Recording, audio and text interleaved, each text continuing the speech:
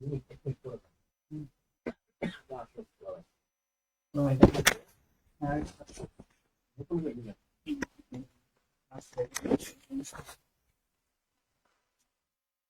পড়ান দেবেন তাহলে নমস্কার মেট করে দিই বাস। হ্যাঁ চলে যাবো।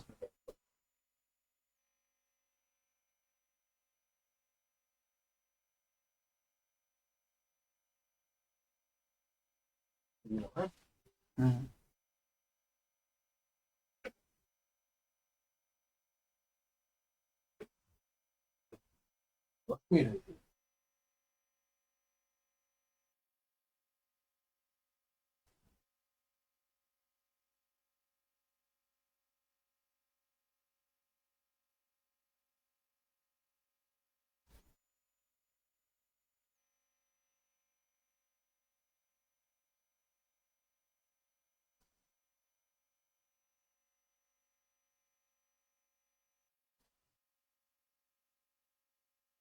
শেপটা দিতে দরকার নাই, বুঝছেন?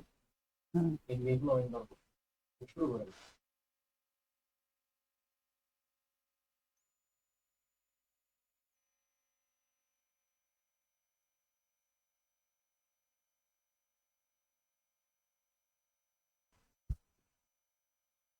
ওকে।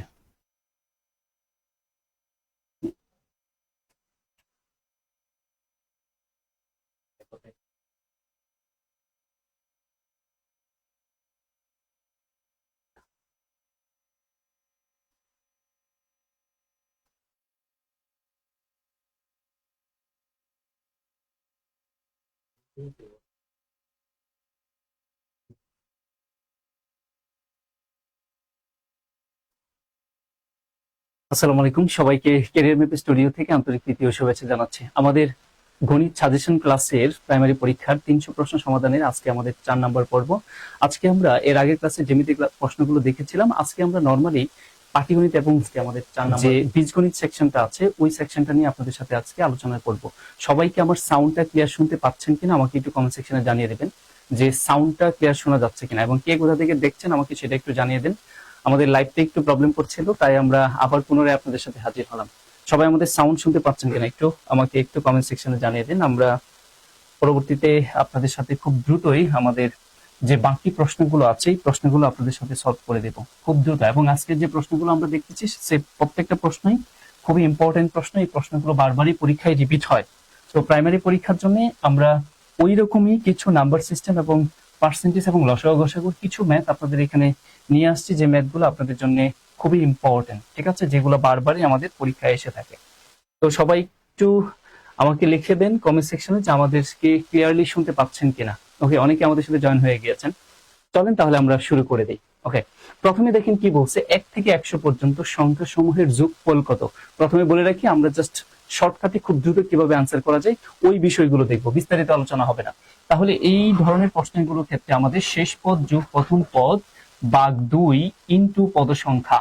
পদ সংখ্যা 1 থেকে 100 পর্যন্ত 100ই হয়। তো এটা ক্যালকুলেশন করলে এখানে আমাদের কত 50 আর এখানে কত 11, 101। তার মানে 101 ইন্টু এখানে কত 50 গুণ করলে আমরা পাবো হচ্ছে কত 5050। এস, এটা সবাই জানেন, এই প্রশ্নটা বারবারই পরীক্ষায় এসে থাকে। নেক্সট আসেন দেখেন কি বলছে, 2 অঙ্ক বিশিষ্ট একটি সংখ্যার অঙ্কতে স্থান বিনিময় করলে কি হয় 54 বৃদ্ধি পায়। Okay fine. অঙ্ক দুইটি যোগ করলে আবার কত হয় তারা বলছে 12 হয়, তবে সংখ্যাটি কত আমাদের কাছে সেটা জানতে চাওয়া হয়েছে। তাহলে এখানে দেখেন আমরা অপশন টেস্ট করে এই ম্যাথটা খুব দ্রুত সমাধান করার চেষ্টা করব। প্রথমে দেখেন কি আছে 39, আমরা দেখব 39 কে স্থান বিনিময় করলে ওই স্থান বিনিময়কৃত সংখ্যা এবং নতুন সংখ্যার পার্থক্য কি 54 হয় কিনা। দেখেন 39 এই সংখ্যাটাকে যদি আমরা স্থান বিনিময় করি তাহলে সেটা হয় কত 53। এই 53 থেকে যদি আমরা 39 বিয়োগ করে দেই তাহলে আমরা পাই হচ্ছে কত 4 আর এখানে কত 5, 54। ইয়েস, প্রথম শর্ত ঠিক আছে। এবার দেখেন তো এই যে 39 সংখ্যাটা তার অঙ্কদের যোগফল, দ্যাট মিন্স 3 প্লাস 9 যোগ করলে কি 12 হয় কিনা। ইয়েস, তার মানে দুইটা কন্ডিশনই ফুলফিল করছে, সুতরাং আমরা আনসার হিসেবে অপশন ক 39 কে কাউন্ট করতে পারি। এবার আসেন আমরা পরে যাই, দেখি কি বলছেন। সবাই একটু ক্লাসটা শেয়ার এবং মেনশন করি। 1 থেকে 49 পর্যন্ত সংখ্যাগুলোর গড় কত আমাদের কাছে সেটা জানতে চাওয়া হয়েছে। তো ধারাবাহিক সংখ্যার গড় যদি আমরা বের করতে চাই আমাদের শেষ পদ যোগ প্রথম পদ ভাগ 2, তাহলে যেটা আসবে সেটা হচ্ছে ওই ধারাবাহিক সংখ্যাগুলোর গড়। আর তার সাথে যদি আমি পদ সংখ্যা যোগ করি তাহলে আবার কি চলে আসবে, সমষ্টি চলে আসবে। 2 দিয়ে ভাগ দিলে এখানে কত হচ্ছে 25, তার মানে গড়টা হবে 25। এবার আসেন নেক্সটে কি বলছে, 40 থেকে 100 পর্যন্ত বৃহত্তম এবং ক্ষুদ্রতম মৌলিক সংখ্যার অন্তর, অন্তর মিন্স হচ্ছে বিয়োগফল কত আমাদের কাছে সেটা জানতে চাওয়া হয়েছে। তো খেয়াল করে দেখেন 40 থেকে 100 পর্যন্ত সবচেয়ে ছোট যে 40 এবং 100 এর ভিতরে ছোট মৌলিক সংখ্যাটা হবে হচ্ছে 41 এবং বড় মৌলিক সংখ্যাটা হবে হচ্ছে কত 97। এবার 97 থেকে আমরা যদি 41 বিয়োগ করে দেই তাহলে এখানে কত 6 আর এখানে কত 5, তার মানে 56। তাহলে 40 থেকে 100 পর্যন্ত আমরা বৃহত্তম এবং ক্ষুদ্রতম সংখ্যার মৌলিক সংখ্যার পার্থক্য হচ্ছে 39। নেক্সটে আসি কি বলছে, তুমি 1 থেকে 100 পর্যন্ত গুনতে থাকো তবে 5 সংখ্যাটি কতবার পাবে। খুবই ইম্পর্টেন্ট একটা প্রশ্ন। তো এটা আমরা অনেকে জানি, আমি আগে এটা একটু বলে রাখি। 1 থেকে 100 পর্যন্ত কতটি শূন্য আছে, 1 থেকে 100 পর্যন্ত যদি আপনি কাউন্ট করেন তাহলে কতগুলি শূন্য পাবেন। প্রশ্নটা যদি সেটা হতো তাহলে কিন্তু শূন্য হতো 11টি। এগুলো একটু মুখস্থ করে রাখেন, এগুলো বারবারই পরীক্ষা আসে। তাহলে কি বলছে, 1 থেকে 100 পর্যন্ত যদি আপনি কাউন্ট করতে যান বা লিখতে যান শূন্য পাবেন কয়টা, 11টা। ঠিক একইভাবে 1 থেকে 100 পর্যন্ত যদি আপনি কাউন্ট করতে যান তাহলে এক সংখ্যাটা, এই যে এক অঙ্কটা, এটা আপনি কতবার পাবেন, এই এক অঙ্কটা আপনি পাবেন হচ্ছে 21 বার। ঠিক আছে, 21 বার পাবেন যদি আপনি কাউন্ট করেন। ওকে, আর শূন্য পাবেন 11 বার। এইবার 1 থেকে আপনি যদি 100 পর্যন্ত কাউন্ট করেন তাহলে 2, 3, 4, 5, 6, 7, 8 এবং 9, এই যে অঙ্কগুলো, এই সবগুলো অঙ্ক, এদের যে কোনো অঙ্ক যদি জানতে চাই 1 থেকে 100 পর্যন্ত যদি আপনি কাউন্ট করতে চান, এদের যে কোনো অঙ্ক 2 থেকে 9 পর্যন্ত যে কোনো অঙ্ক 20 বার পাবেন। কতবার, 20 বার। ঠিক আছে, খুব ইম্পর্টেন্ট প্রশ্ন। তাহলে আমাদের এখানে কি বলছে, 5 কতবার, অবশ্যই কতবার আসবে, 20 বার আসবে। ওকে, নেক্সট আসেন দেখি কি বলছে। দুইটি সংখ্যার যোগফল বা সমষ্টি যদি 15 হয় এবং তাদের বিয়োগফল বা অন্তর যদি 14 হয় তাহলে ছোট সংখ্যাটি কত। এই টাইপের অঙ্কগুলোর ক্ষেত্রে যদি আমাদের দুইটি সংখ্যার যোগফল, সাপোজ এখানে দুইটা সংখ্যা হচ্ছে x এবং y এবং তাদের বিয়োগফল তারা কত বলছে 13, তাহলে ছোট সংখ্যাটি কত। তো যখন ছোট সংখ্যা বের করতে বলবে তখন আমরা জাস্ট ওই যে দুইটা সংখ্যা দেওয়া থাকবে এই দুইটা সংখ্যাকে কি করে দিব, বিয়োগ করে দিবে। যখন ছোট সংখ্যা বের করতে বলবে তখন ওই দুইটা সংখ্যাকে আমরা বিয়োগ করে 2 দ্বারা ভাগ করে দিব, তাহলে যেটা আসবে সেটাই হচ্ছে আমাদের ছোট সংখ্যা। কাটলে এখানে কত আসে 1, তাহলে ছোট সংখ্যা কত, অপশন ঘ 1। আর যদি বড় সংখ্যা বের করতে বলে তাহলে ওই দুইটি সংখ্যা যোগ করে তাকে আমরা 2 দিয়ে ভাগ করে দিব, তাহলে যেটা আসবে সেটা হচ্ছে বড় সংখ্যা। আপনার প্রশ্নটা এইভাবে হতে পারে। নেক্সট আসেন কি বলছে দেখি, শিক্ষা সফরে যাওয়ার জন্য 2400 টাকায় বাস ভাড়া করা হলো, প্রত্যেক ছাত্র সমান ভাড়া বহন করবে, ঠিক হলো। Okay fine. অতিরিক্ত 10 জন ছাত্র যাওয়ায় প্রতি জনের ভাড়া 8 টাকা কমে গেল। ফাইন। কতজন ছাত্র গিয়েছিল, এটা খুব ইম্পর্টেন্ট, কতজন ছাত্র গিয়েছিল, একটু বড় একটা ম্যাথ। তারপরে আমরা খুব দ্রুত কিভাবে সলভ করবো আসেন একটু আমি এভাবে বলি। কতজন শিক্ষার্থী প্রথমে ছিল আমরা জানি না, ধরে নিলাম 1 সংখ্যক শিক্ষার্থী ছিল, তারপরে নতুন করে আরো কতজন অ্যাড হয়েছে, 10 জন অ্যাড হয়েছে, তার মানে ওই শিক্ষা সফরে আসলে গিয়েছে কতজন, x + 10। প্রাথমিক অবস্থায় যাওয়ার কথা ছিল কত, x জন, যাওয়ার কথা ছিল হচ্ছে x জন, কিন্তু আসলে আলটিমেটলি গেছে কতজন, x + 10 জন। এতে করে তারা বলতেছে যে কত টাকা করে ভাড়া প্রত্যেকের কম পড়তেছে, 8 টাকা। এবার আসলে আমরা সমীকরণটা দাঁড় করাই। আচ্ছা, তাহলে এই 2400 টাকাকে যদি আমরা কি করি, যে এক সংখ্যক স্টুডেন্ট গিয়েছিল x দিয়া ভাগ দিই তাহলে প্রতিজন শিক্ষার্থীর ভাড়া কত সেটা চলে আসবে। আবার এই 2400 সংখ্যাটাকে যদি আমরা নতুন যত গিয়েছিল কত x + 10 এটা দিয়ে যদি ভাগ দেই তাহলে আমরা যেটা পাবো সেটা হচ্ছে নতুন যে শিক্ষার্থী গিয়েছিল তারা প্রত্যেকে কত করে ভাড়া দেবে সেটা। আর এই দুইয়ের পার্থক্য কত কম ভাড়া পড়তেছে, প্রত্যেকের 8 টাকা কম ভাড়া পড়তেছে। ইয়েস, সমান হচ্ছে কত। এটা যদি এখন সলভ করেন তাহলে x এর যে মানটা পাবেন সেটা আনসার না, প্লাস x + 10 যেটা সেটা আনসার। কিন্তু আমরা খুব দ্রুত এই ম্যাথটা কিভাবে করবো আসেন সেটা দেখি। আপনি এই জিনিসটা এবার বুঝতে পারলেন, এটা সমাধান করলে আপনি ক্যালকুলেশন করতে পারবেন। তবে খুব দ্রুত করার ওয়ে হলো আমরা এই 2400 সংখ্যাটা এর সাথে গুণ করব কি জানেন, অতিরিক্ত কত গিয়েছিল, 10 জন গিয়েছিল, তাহলে এর সাথে আমরা 10 গুণ করব, তারপরে ভাগ দিব, প্রত্যেকের ভাড়া কত কম পড়েছিল, 8 কম পড়েছিল, তাহলে 8 দ্বারা ভাগ দিব।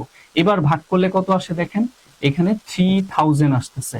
ঠিক আছে, এবার 3000 টাকার এমন দুইটা উৎপাদক বের করব যে দুইটা উৎপাদকের বিয়োগফল অবশ্যই 10 হইতে হবে। বিয়োগফল কি হইতে হবে, অবশ্যই 10। তাহলে সেই দুইটা হইতে পারে 50 আর একটা কি হইতে পারে 60। এর মধ্যে দেখেন 5 6 30 এবং তাদের বিয়োগফল কত 10, তার মানে 3000। এর মধ্যে যে উৎপাদকটা বড় আমাদের আনসার সেটা হবে। কোন উৎপাদকটা বড়? 60 হচ্ছে এখানে বড়। তাহলে আমাদের আনসার কি হবে? 60 জন। মানে গিয়েছিল কতজন? 60 জন। আর নরমালি এটা যদি ক্যালকুলেশন করেন তাহলে এক্স এর ভ্যালু আসবে হচ্ছে কত? 50। তো 50 তো যায় নাই, নতুন করে 10 জন গিয়েছিল, তাহলে গিয়েছিল হচ্ছে 50 প্লাস 10, মোট কতজন? 60 জন। খুব ইম্পর্টেন্ট একটা প্রশ্ন কিন্তু এখানে। 24-এর জায়গায় অন্য কিছু আসতে পারে। ঠিক আছে, আসেন আমরা নেক্সটে যাই।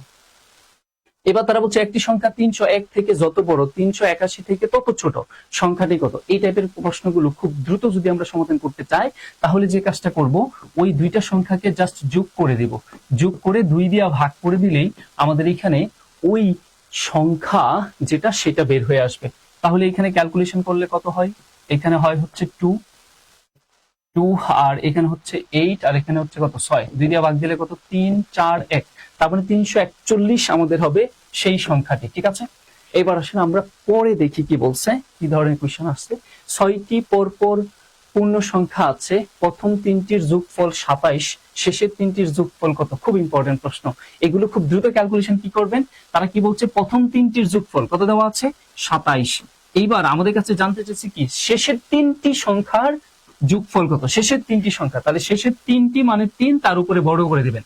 তার মানে প্রথম যে সংখ্যা থাকবে তার 5টি সংখ্যা, 3টি সংখ্যা, এই 3টি সংখ্যার যোগফলের সাথে শেষের 3টি সংখ্যার যোগফল জানতে চাইছে, তাহলে শেষের 3কে বড় করে দিবেন। তাহলে যেটা আসবে সেটা হচ্ছে শেষের 3টি সংখ্যার যোগফল চলে আসবে। ঠিক আছে, তাহলে এখানে আমাদের যোগ করলে কত আসতেছে? 6, আর এখানে যোগ করলে এখানে কত? 3, 36 আসতেছে। যদি এমনটা জানতে চাওয়া হইতো যে শেষের 3টি সংখ্যার যোগফল দেওয়া আছে কত? শেষের 3টি সংখ্যার যোগফল দেওয়া আছে 36, তাহলে প্রথম 3টি সংখ্যার যোগফল কত হবে? তখন আপনি কি করতেন? এই 36 থেকে 3 এর বর্গ বিয়োগ করে দিতেন, তাহলে যেটা আসতো সেটা হচ্ছে প্রথম 3টি সংখ্যা।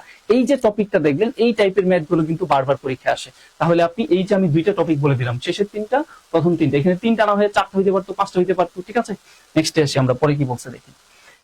6 ফুট অন্তর বৃক্ষের চারা রোপণ করা হলে 100 গজ দীর্ঘ রাস্তায় সর্বোচ্চ কতগুলো চারা রোপণ করা যাবে? এ হচ্ছে আপনার ধরেন 100 গজ রাস্তার মধ্যে আপনি কি করবেন?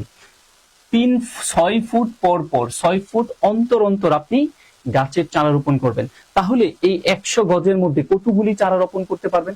এখানে ইউনিটের একটা পার্থক্য আছে, দেখেন এখানে 6 ফুট বলছে আর এখানে কি বলছে? গজ বলছে। তাহলে দুইটাকে এক ইউনিটে নিতে হবে। তাহলে আমরা এই 6 ফুটকে গজে কনভার্ট করে ফেলি। 6 ফুট সমান কত গজ? 6 ফুট সমান হচ্ছে 2 গজ। তার মানে আপনি এই 100 গজ জায়গার মধ্যে 2 ফুট পর পর কি লাগাবেন?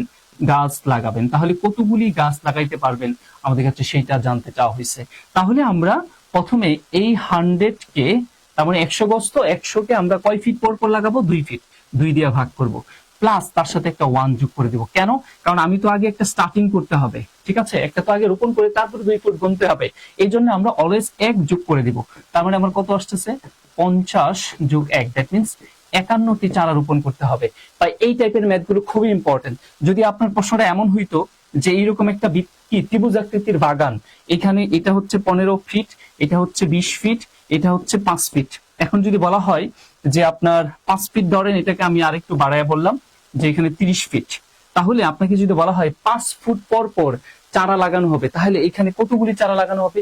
এই ক্ষেত্রে কিন্তু 1 যোগ করা দরকার নেই, আপনি জাস্ট পরিসীমাকে যোগ, পরিসীমাটা বের করেন।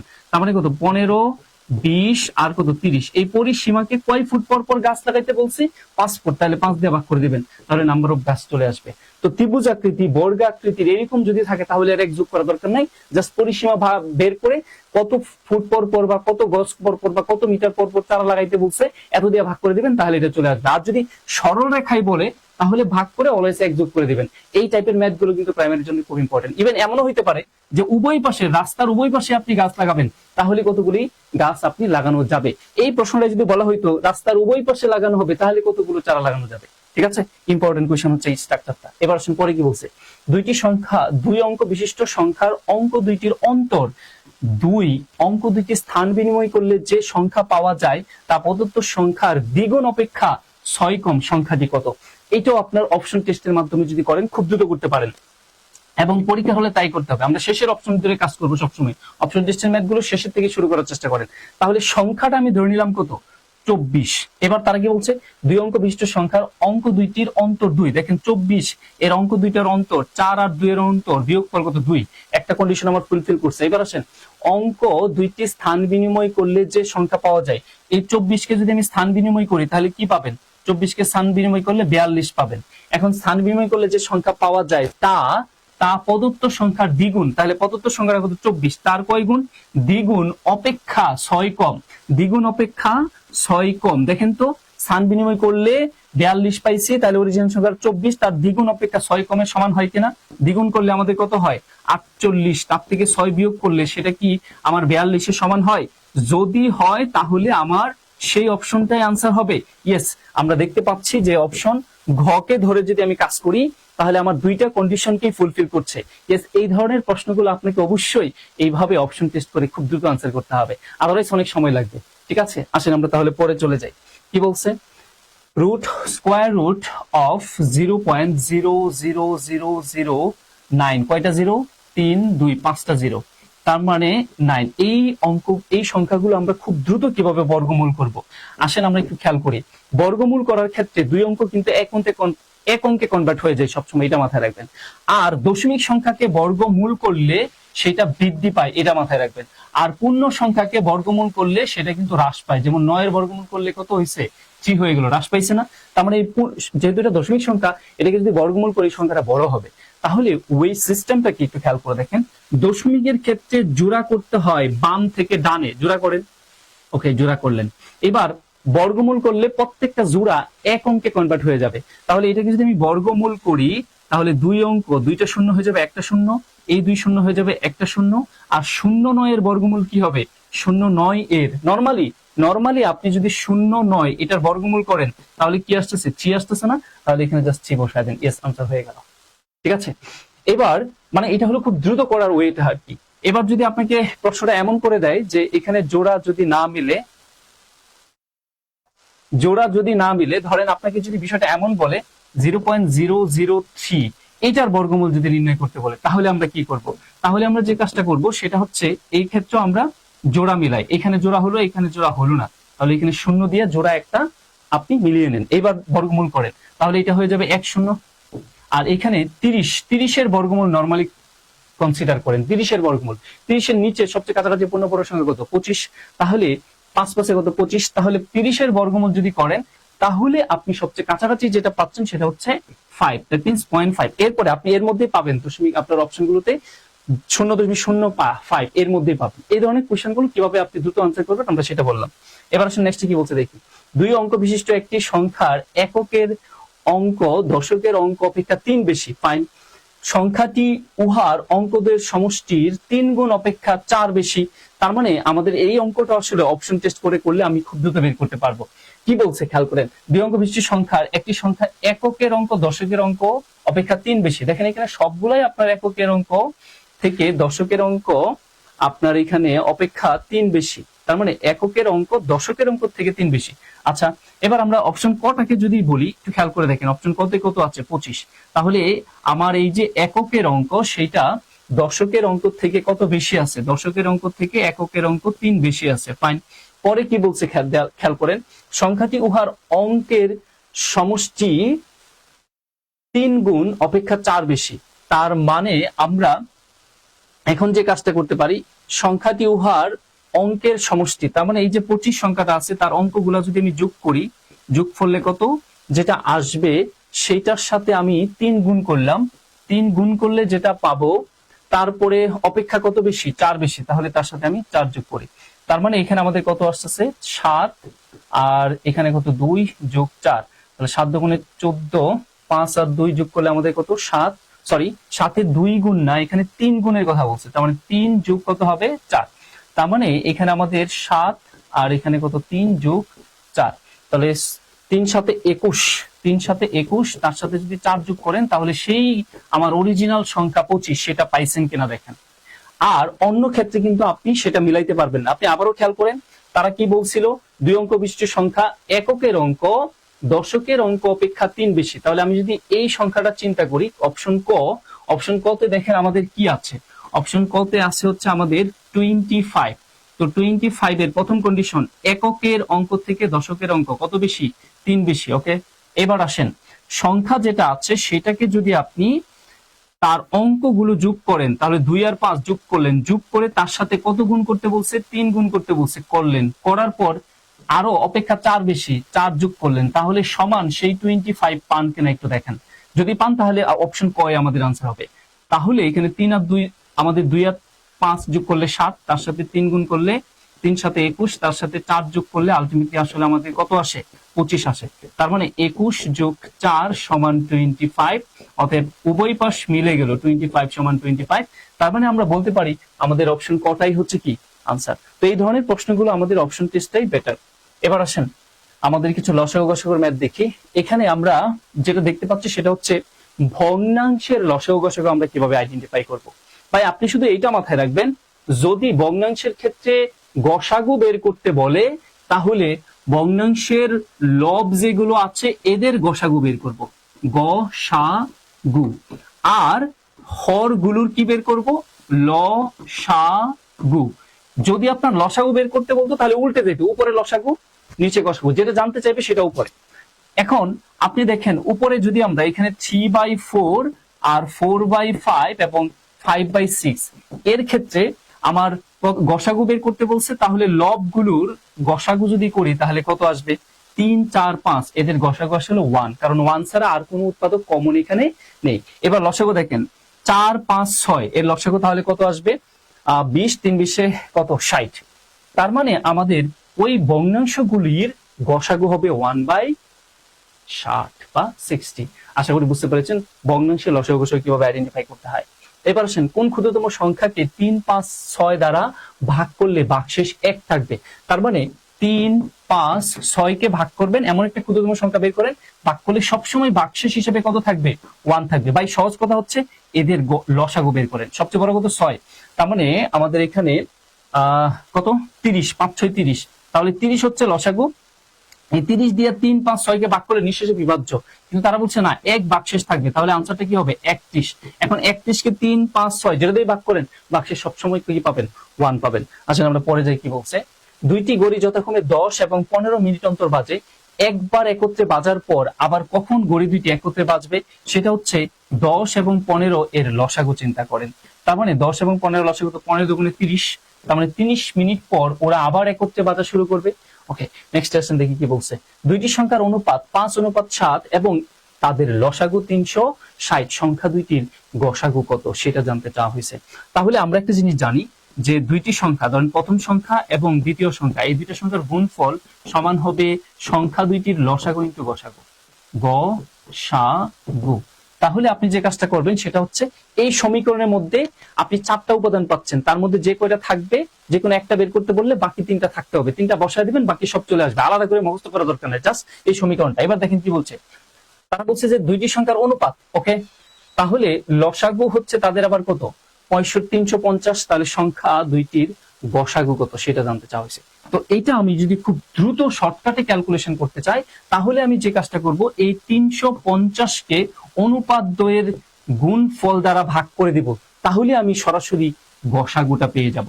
তার মানে এই 7 দিয়ে এখানে কাটলে 5 7 35 মানে 50, তার মানে আর এটা হচ্ছে কত 5, আর 5 দিয়ে যদি এখানে ভাগ করি তাহলে আমাদের কত থাকতেছে 10, তাহলে গসাগুটা হবে কি 10। আবারও খেয়াল করেন, যদি সংখ্যা দুইটির অনুপাত দেওয়া থাকে এবং লসাগু দেওয়া থাকে তাহলে গসাগু বের করার সহজ ওয়েটা হচ্ছে ওই লসাগুকে অনুপাত দ্বয়ের গুণফল দ্বারা ভাগ করে দিব। ঠিক আছে, তাহলে 5 দিয়ে কাটলে এখানে 5 7 35 50, আর 5 দিয়ে কাটলে এখানে কত 10, তার মানে গসাগুটা হবে কি 10। তাহলে আনসার হবে কি অপশন ঘ, খুব দ্রুত করতে গেলে। এবার নেক্সট কোশ্চেন কি বলছে, দুইটি সংখ্যার অনুপাত 5:6 এবং তাদের গসাগু 4 হলে লসাগু কত। এবার কিন্তু আমাদের কাছে জানতে চাইছি কি লসাগু। যদি লসাগু বের করতে বলে তাহলে আমরা যে কাজটা করব সেটা হচ্ছে ওই যে অনুপাত দুইটা থাকবে 5:6, এই দুইটার অনুপাতের গুণফলের সাথে জাস্ট গসাগু গুণ করে দিব, তাহলে আমরা সরাসরি লসাগু পেয়ে যাব। তার মানে এখানে আমাদের ক্যালকুলেশন করলে কত আসে, 4 5 20 আর 3 দুগুণে 6, তার মানে আমাদের এখানে 6 দুগুণে 12, 120, তাহলে আমাদের লসাগুটা কি হবে 120। যদি আমাদের প্রশ্নটা এমন থাকে দুইটি সংখ্যার অনুপাত এবং গসাগু দেওয়া থাকে, তাহলে লসাগু বের করার ওয়ে হলো ওই দুইটা সংখ্যার অনুপাত, যে দুইটি সংখ্যার অনুপাত আছে 5:6, এদেরকে গুণ করব, গুণ করে গসাগু গুণ করে দেবো, তাহলেই লসাগুটা চলে আসবে। এবার আসলে আমরা পরে দেখি কি বলছে। দুইটি সংখ্যার গুণফল এত, সংখ্যা দুইটির গসাগু এত, তাহলে সংখ্যা দুইটির লসাগু কত? যেটা আমি বলছিলাম, কি বলছিলাম, প্রথম সংখ্যা ইন্টু দ্বিতীয় সংখ্যা সমান দুই সংখ্যার লসাগু ইন্টু গসাগু। এটা ক্যালকুলেশন, এই সমীকরণটা ক্যালকুলেশন করলে আপনার খুব সহজে মান চলে আসে। আচ্ছা, তাহলে খুব দ্রুত আমরা কিভাবে করব? দুইটি সংখ্যার গুণফল দেওয়া আছে এবং তাদের গসাগু দেওয়া আছে, বের করতে বলছি কি লসাগু। তাহলে দুইটি সংখ্যার গুণফল যেটা আছে সেটাকে জাস্ট গসাগু দ্বারা ভাগ করে দিব, তাহলে আমরা যেটা পাবো সেটাই হচ্ছে তাদের লসাগু। খুব দ্রুত যদি বের করতে চান, ওকে, তাহলে এটা কত আসবে? 13 দুগুণে 26, তার মানে 260 আসবে। আসলে আমরা পরে দেখি কি বলছে। দুইটি সংখ্যার লসাগু ও গসাগু, তার মানে লসাগু এবং গসাগু দেওয়া আছে, এবং একটি সংখ্যা 54 হলে অপর সংখ্যাটি কত হবে? তার মানে দুইটি সংখ্যার লসাগু গসাগু যেহেতু দেওয়া আছে 15, আরেকটা হচ্ছে কত 60। এখন একটি সংখ্যা দেওয়া থাকলে অপরটি বের করতে বললে যে একটি সংখ্যা দেওয়া থাকবে সেটা দ্বারা এই লসাগু এবং গসাগুর গুণফলকে ভাগ করে দিবেন, তাহলে অপর সংখ্যা চলে আসবে। তাহলে 45 দুগুণে কত 90, 15 দুগুণে কত 30। খুব দ্রুত যদি পরীক্ষার হলে ক্যালকুলেশন করতে চান তাহলে ওইটা হচ্ছে আপনার এইটা। এবার আসেন নেক্সট দেখি কি বলছে। 75 কোন ক্ষুদ্রতম সংখ্যার সাথে 3 যোগ করলে যোগফল 24, 36 এবং 48 দ্বারা বিভাজ্য, নিঃশেষে বিভাজ্য? তার মানে আমাদের কাছে জানতে চাইছে যে কোন ক্ষুদ্রতম সংখ্যার সাথে 3 যোগ করলে, কোন ক্ষুদ্রতম সংখ্যার সাথে 3 যোগ করলে, এটা আসলে একটু ভুল হয়েছে, কোন ক্ষুদ্রতম সংখ্যার সাথে 3 যোগ করলে যোগফলটা 24, 36 এবং 48 দ্বারা কি করা যাবে? আমাদের নিঃশেষে বিভাজ্য করা যাবে। তাহলে আমাদের এখানে 24 এবং 36 এবং 48 এর লসাগু বের করতে হবে। তাহলে 48 এর লসাগু, এই তিনটি সংখ্যার লসাগু যদি করি আমরা, 48 এ 3 দিয়ে গুণ করলে কত 144। তার মানে 144 হচ্ছে তাদের লসাগু। 144, 24, 36, 48 যেটা দিয়ে ভাগ করে না কেন, বাকশেষ আপনার কি থাকবে? বাকশেষ নিঃশেষে বিভাজ্য, কোনো বাকশেষই থাকবে না। এখন তারা বলতেছে যে কোন সংখ্যার সাথে 3 যোগ করলে সেটা নিঃশেষে বিভাজ্য হবে। তার মানে এর সাথে আমি 3 বিয়োগ করে দেই, তাহলে কত আসে? 441। তাহলে 441 এমন একটা সংখ্যা যার সাথে 3 যোগ করলে এই যোগফলটা 24, 36 এবং 48 দ্বারা কি যাবে? নিঃশেষে বিভাজ্য যাবে। আসলে আমরা পরে দেখি কি বলছে। ক এর 20% খ এর 10% এর সমান হলে ক এবং খ এর অনুপাতটা কত? তাহলে আমরা যে কাজটা করব, সরাসরি এই যে 20% সমান 10%, এদেরকে আমরা এই পার্সেন্ট কেটে দেব, 0 কেটে দেব, এদেরকে এখন 2:1, এটাকে জাস্ট উল্টে দিব, উল্টে আমরা বলবো কি 1:2, তাহলে এইটাই আমাদের আনসার হবে। তার মানে এই ধরনের প্রশ্নগুলো যদি পরীক্ষায় আসে, আপনি খুব দ্রুত যদি ক্যালকুলেশন করতে চান তাহলে কি করবেন? আবারও আমি বলতেছি, খেয়াল করে দেখেন। তারা এখানে কি বলছে? 20%, ক এর 20% এবং খ এর 10% পরস্পর সমান হলে ক অনুপাত খ এর ভ্যালুটা কত হবে সেটা জানতে চাইছে। তাহলে আপনি এটাকে কাটেন, পার্সেন্ট কেটে দেন, যেহেতু সমান বলছে, এই 0 কেটে দেন। এখন এদেরকে রিভার্স করে দেন, উল্টে দেন। এখানে কি আছে 1, তার মানে 2:1, এটাকে এখন উল্টিয়ে দিলে আনসার হয়ে যাবে। তার মানে কি 1:2, তাহলে আনসারটা কি হবে? 1:2। পরীক্ষা হলে যদি খুব দ্রুত ক্যালকুলেশন করতে চান এই ধরনের কোশ্চেন গুলো। এবার আসলে আমরা পরে দেখি কি বলছে। 90 কোন সংখ্যার 75%? তার মানে আমরা জানি না, সাপোজ যদি খুব দ্রুত করতে চান তাহলে আমাদের অপশন টেস্টটা বেস্ট হইতে পারে। ধরেন আমি যদি বলি 120 একটি সংখ্যা, ওই সংখ্যাটা 120 এর 75%, 75% মানে 75/100। তো এটাকে আমরা 25 দিয়ে কাটলে 3, এখানে কত 4 দিয়ে এখানে কাটলে কত হয় 3, 3 তিরিকে কত 90, তার মানে 3 তিরিকে 9, 0, 90। তাহলে আমাদের অপশন টেস্ট করে কি আমরা 90 পেয়ে গেলাম না? ইয়েস, তাহলে আমরা বলতেই পারি আমাদের আনসারটা কি হবে 120, যদি খুব দ্রুত অপশন টেস্ট করে আনসার করতে চান।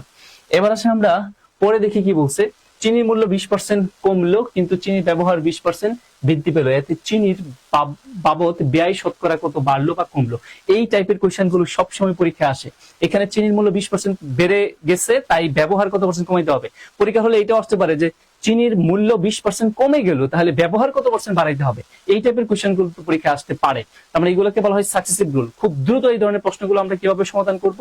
আমরা একটা সাকসেসিভ রুলের সূত্র এর আগে অনেকবার লিখে দিছি যে 20% কমে গেল, তার মানে কি -20, তারপরে 20% ব্যবহার বেড়ে গেল, তার মানে কি +20 বাড়লে প্লাস, প্লাসে এই মাইনাস এই প্লাস গুণ করলে কি প্লাস হচ্ছে মাইনাস, আর উপরে 20 আর 20 গুণ করে দিবেন। খুব দ্রুত আর কি পরীক্ষার হলে যদি শর্টকাটে ক্যালকুলেশন করতে চান তাহলে এটাই হতে পারে। এটা বিয়োগ করে দেন, 0 0 করে দেন, তাহলে -4। তার মানে -4 মানে কি 4% হ্রাস পাইছে বা কমছে। খুব দ্রুত যদি ক্যালকুলেশন করতে চান তাহলে এটা হইতে পারে। আরেকটা বিষয় মাথায় রাখবেন, যদি কমন পার্সেন্টেজ বাড়ে এবং কমে তাহলে সবসময় কি হবে, রেজাল্টটা নেগেটিভ বা হ্রাস পাবে বা কমে যাবে বা লস হবে।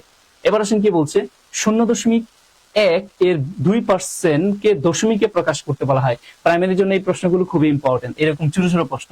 তাহলে 0.1 এর 2%, তো 2% মানে আমরা কি বলবো, 2% মানে হলো 2/100, এই তো 2/100। এখন এটাকে যদি আমি ক্যালকুলেশন করি, দশমিকে প্রকাশ করতে বলছে, তাহলে এখানে 0.1 অলরেডি আমাদের আছে। এটাকে যদি দশমিকে কনভার্ট করি, 1 এর পরে 2টা শূন্য, তার মানে দশমিকের পরে 2 ঘর, আর সেই 2 ঘর হবে এইভাবে। এবার দেখেন আমরা গুণ করলে দশমিকের পরে এখানে 1 ঘর, এখানে 2 ঘর, মোট কয় ঘর, 3 ঘর। তাহলে দশমিকের পরে 1 2 3 ঘর দিয়ে দিই। এবার 1 আর 2 নরমালি গুণ করি, তাহলে কি হবে 2 2 শেষের দিকে বসাই, বাকি ঘরগুলো শূন্য দিয়ে ফিল আপ করে দিই। ইয়েস, হয়ে গেল। তার মানে আমার আনসার কি হবে, 0.002। এটা কোথায় আছে, অপশন ঘ তে আছে, তাই না? ইয়েস, তাহলে অপশন ঘটা আমাদের আনসার হবে। আমি আবারও বলছি, আমরা খুব দ্রুত ক্যালকুলেশন করাচ্ছি যাতে বেশি করে ম্যাথ আপনাদের করাইতে পারি, কারণ 2 তারিখ পরীক্ষা। এখন শুধু আপনি রিভিশন করছেন আর কিছু না, এখানে বেসিক আলোচনা আমরা করতেছি না, জাস্ট পরীক্ষার হলে কিভাবে ক্যালকুলেশন করবেন সেটা। এবার আসেন নেক্সটে কি বলছে, 0.04% কে সাধারণ ভগ্নাংশে প্রকাশ করতে বলা হয়েছে। তাহলে এটাকে যদি আমি ক্যালকুলেশন করি, খেয়াল করে দেখেন, এটাকে আমরা কি লিখতে পারি, 0.4। এটাকে নরমালি যদি আপনি ভগ্নাংশে আনেন, এই অংশটুকু আপনি পার্সেন্টেজ ভুলে যান, এই অংশটুকু যদি ভগ্নাংশে আনেন তাহলে কি হবে, 4/100 হবে কিনা, দশমিকের পরে 2 ঘর, তার মানে 1 এর পরে 2টা শূন্য। এবার এই পার্সেন্টেজ মানে কি 1/100, তাহলে পার্সেন্টেজ সাইনটার জন্য আমরা কি দিব, পার্সেন্টেজ সাইনের জন্য আমরা লিখবো 1/100। এবার আপনি ক্যালকুলেশন করেন, এই 4 দিয়ে এখানে কাটলে কত হবে, 25। তাহলে আপনার কি আছে ভাই, উপরে আছে হচ্ছে 1 আর নিচে আছে হচ্ছে কত, 25 দিয়ে 100 কে গুণ করলে 2500, তার মানে 1/2500। আমাদের এটাই হবে হচ্ছে এইখানে আনসার। এই যে প্রশ্নগুলো, এই প্রশ্নগুলো, এই টাইপের প্রশ্নগুলো প্রাইমারির জন্য কিন্তু খুব বেশি পরিমাণে ইম্পর্টেন্ট। আসলে আমরা পরে যাই দেখি কি বলছে।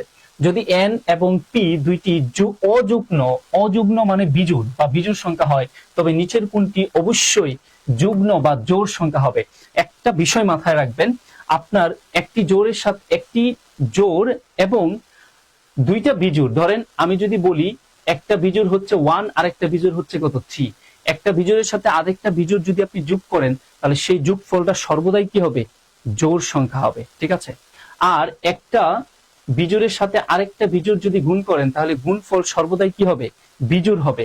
আর ওই গুণফলের সাথে যদি আপনি এক যোগ অথবা বিয়োগ করেন তাহলে সেটা আবার কি হয়ে যাবে, সেইটা আবার হয়ে যাবে জোড় সংখ্যা, ঠিক আছে?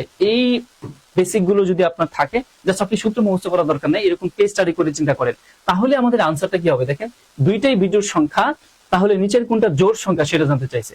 আমাদের মনে হয় এই কন্ডিশনটা একদম আমরা যেটা বললাম সেই কন্ডিশনকে ফুলফিল করছে। তার মানে আমি যদি আবারও আপনাকে বলি, n ও একটা কি সংখ্যা, বিজোড়, p ও একটা কি বিজোড় সংখ্যা, তাহলে n এর মান আপনি সাপোজ ধরেন 1 আর এখানে কি p এর ভ্যালুটা ধরেন 3, ঠিক আছে?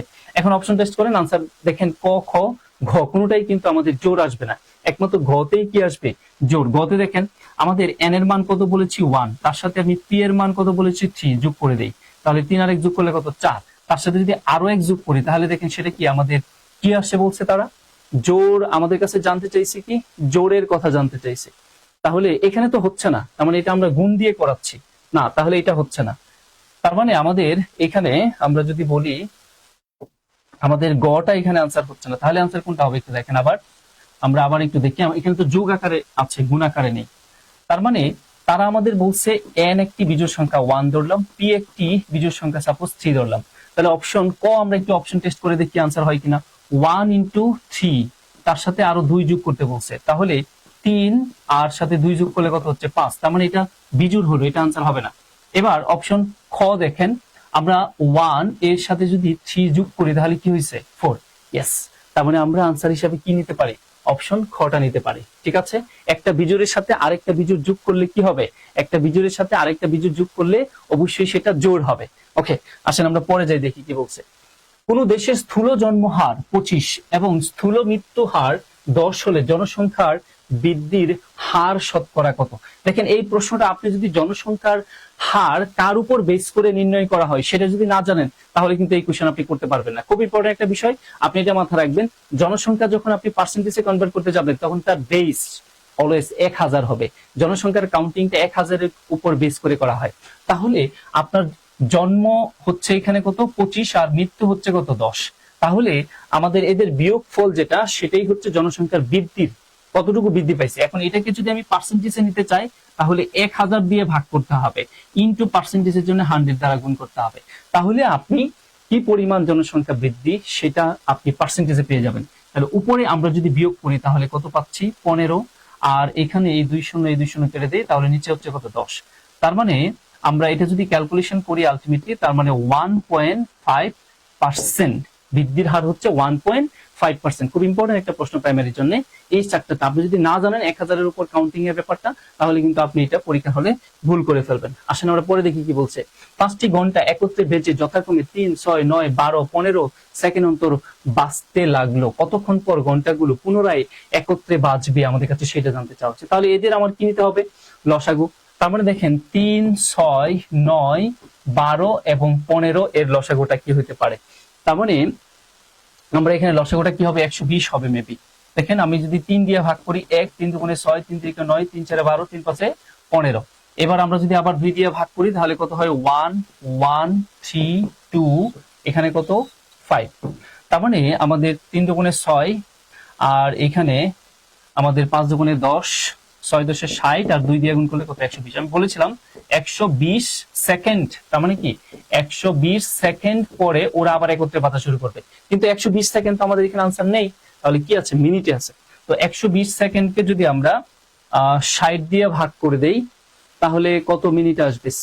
সেকেন্ডকে মিনিটে যদি আমরা নেই, 120 সেকেন্ডকে যদি আমরা মিনিটে নেই তাহলে যেটা পাবো সেটা হচ্ছে 2 মিনিট। 2 মিনিট তো এখানে নেই কেন? হ্যাঁ, এখানে একটা প্রশ্ন আসতে পারে, এটা একটা মজার ব্যাপার যে 2 মিনিট কেন নেই। আসলে ওই যে আমরা গাছ লাগানোর যে বিষয়টা বলছিলাম, দেখেন একবার তো সবগুলো গড়ি একবার বাঁচতে হবে তাই না। তার মানে এই 2 মিনিট পরে আরেকবার বাঁচবে, কিন্তু প্রাথমিক অবস্থায় তো 1 মিনিট বেজেছিল। তার মানে মোট কয় মিনিট হবে 3 মিনিট। আশা করি বুঝতে পেরেছেন এই যে টাইপের কোশ্চেন গুলো 3 মিনিট। ঠিক আছে, 180 কি লসাগু 180। আচ্ছা আমরা একটু দেখি তো 180 কিনা। আমাদের এখানে 3 দুগুণে কত, 3 দুগুণে 6, 3 6 18, ও হ্যাঁ 5 দুগুণে 10। ঠিক আছে, তার মানে এখানে কত 5 দুগুণে 10, তার মানে আমাদের 3 দুগুণে 6, 3 6 18 ইন্টু 10, তাহলে 180। 180 কে যদি আমরা 60 দিয়ে ভাগ দিই তাহলে কত আসতেছে 3 মিনিট আসতেছে। ওকে, তার মানে একত্রে আবার কতবার বাজবে সেটা জানতে চাইছে, কত সেকেন্ড পর কতক্ষণ পর। আচ্ছা কতক্ষণ পর আবার একসাথে বাজবে, তার মানে 3 মিনিট পর আবার একসাথে বাজবে। যদি বলা হইতো কতবার বাজবে, মানে শুরু থেকে শেষ পর্যন্ত এই 3 মিনিটে কতবার বাজবে বা 180 মিনিটে কতবার বাজবে বা 180 সেকেন্ডে কতবার বাজবে সেটা যদি হইতো তাহলে আবার আমাদের 3 এর সাথে 1 যোগ হইতো, তাহলে 4 বার হতো। যাই হোক, এটা এমনটা বলে নাই, তারা বলছে যে কত সেকেন্ড পরে আবার একসাথে বাজবে, 180 সেকেন্ড পরে বাজবে। তার মানে 180 সেকেন্ড তো এখানে নেই, তাহলে মিনিটে অ্যান্সার করতে হবে। তার মানে আমরা 60 দিয়ে ভাগ দিলে 3 মিনিট পর আবার গিয়ে বাজবে আর কি।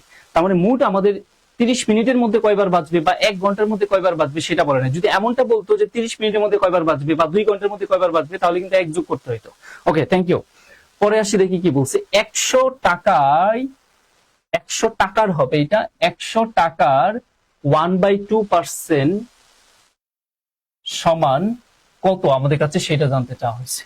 তাহলে সহজ কথায় এই 100 এর 1/2% সমান কত টাকা আমাদের কাছে সেইটা জানতে চাওয়া হয়েছে। তাহলে আমরা এই 100 ইন্টু 1/2 আর এই পার্সেন্ট মানে কি 1/100, তাহলে সেটা আমি 1/100 এখানে দিয়ে দিই। এবার আপনি কাটাকাটি করেন, যেটা আসবে সেটা আনসার। তার মানে এই 100 আর এই 100 কেটে দেন, তাহলে আছে কি 1/2। 1/2 মানে কি 0.5। তার মানে আমাদের আনসারটা কি হবে 0.50 টাকা। ঠিক আছে, জিরো একটা একাধিক, থাকা না থাকা একই কথা। তাহলে আমাদের আনসারটা কি হচ্ছে অপশন খ। এই যে টাইপের কোশ্চেন গুলো আপনি দেখলেন এই প্রশ্নগুলো কিন্তু আমাদের জন্য খুব বেশি পরিমাণে ইম্পর্টেন্ট। আচ্ছা যাই হোক, আমরা এই কোয়েশ্চেনগুলো আগেও করে ফেলছি। তাহলে আজকে আমরা এই 30টি কোয়েশ্চেন আপনাদের সাথে আলোচনা করলাম। এই 30টি যে কনসেপচুয়াল কোয়েশ্চেন, এই কনসেপচুয়াল কোয়েশ্চেনগুলো কিন্তু আপনি প্রাইমারির জন্য খুব ইম্পর্টেন্ট। এইগুলো যদি একটু আপনি রিভিশন দেন তাহলে আশা করি এইখান থেকে আপনি বারবার প্রশ্নগুলো রিপিট হচ্ছে, সুতরাং আপনারাও পাবেন এই দুইটা সেকশন থেকে। আমরা নাম্বার সিস্টেম এবং লসাগু গসাগু যে কোয়েশ্চেনগুলো দেখালাম।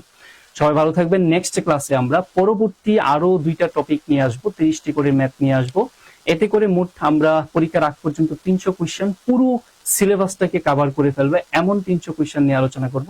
আমরা আশা করছি 14 থেকে 15টা কোয়েশ্চেন আপনি মাস্ট বি ওই আলোচনা করার, যে আলোচনাগুলো করছি বা যেগুলো আপনাদের সাথে দ্রুত সমাধান করছি শর্টকাটে, ওইগুলা থেকেই পাবেন। অথবা হুবহুব মাস্টার কপি, আদারওয়াইজ এই টাইপের কোয়েশ্চেন জাস্ট সংখ্যাগুলো চেঞ্জ হবে এমন প্রশ্নগুলো পাবেন।